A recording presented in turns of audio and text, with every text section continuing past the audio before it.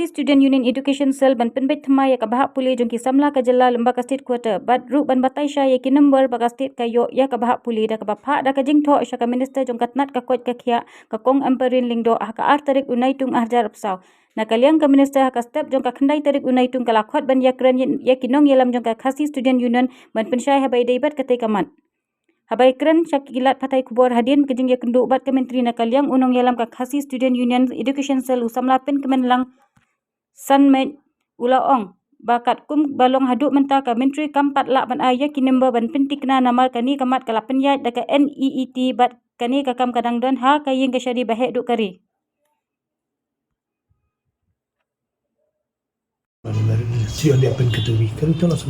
So, personnel and law are the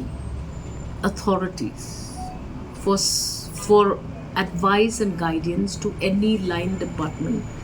with as far as the allotment of seats as per the reservation policy of the state. So we are now better positioned to ensure that while selecting and allotting seats for medical colleges as per the reservation policy, we do not violate it and we do not disadvantage any of the beneficiaries that should actually benefit from it. So we are strictly following this and we want to ensure. Say for example, there could be an applicant who bears a tribal surname but who is not a permanent resident of the state of Meghalaya and does not even have a scheduled tribe certificate. What do we do with such applications? Do we treat them because they bear just a surname as indigenous tribals? Or do we also have to treat them as normal, unreserved applicants for the medical seats? So these are very, very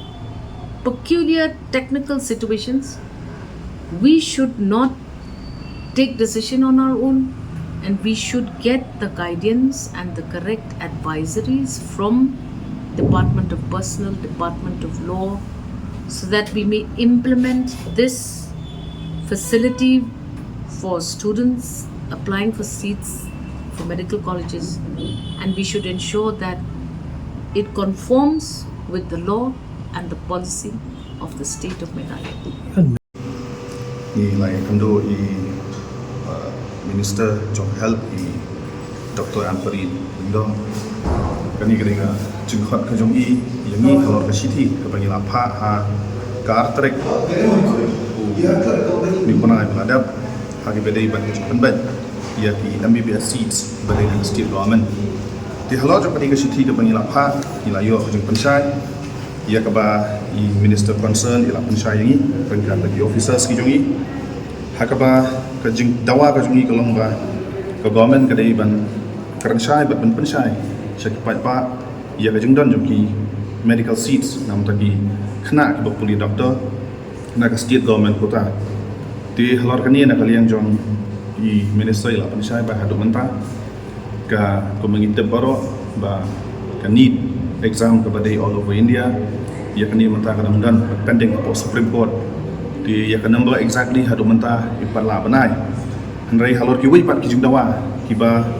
nakaliang keseng ila dawa nomor bengilalap pamen syam senam kadon kajeng pombet hagi badai bat kajeng tab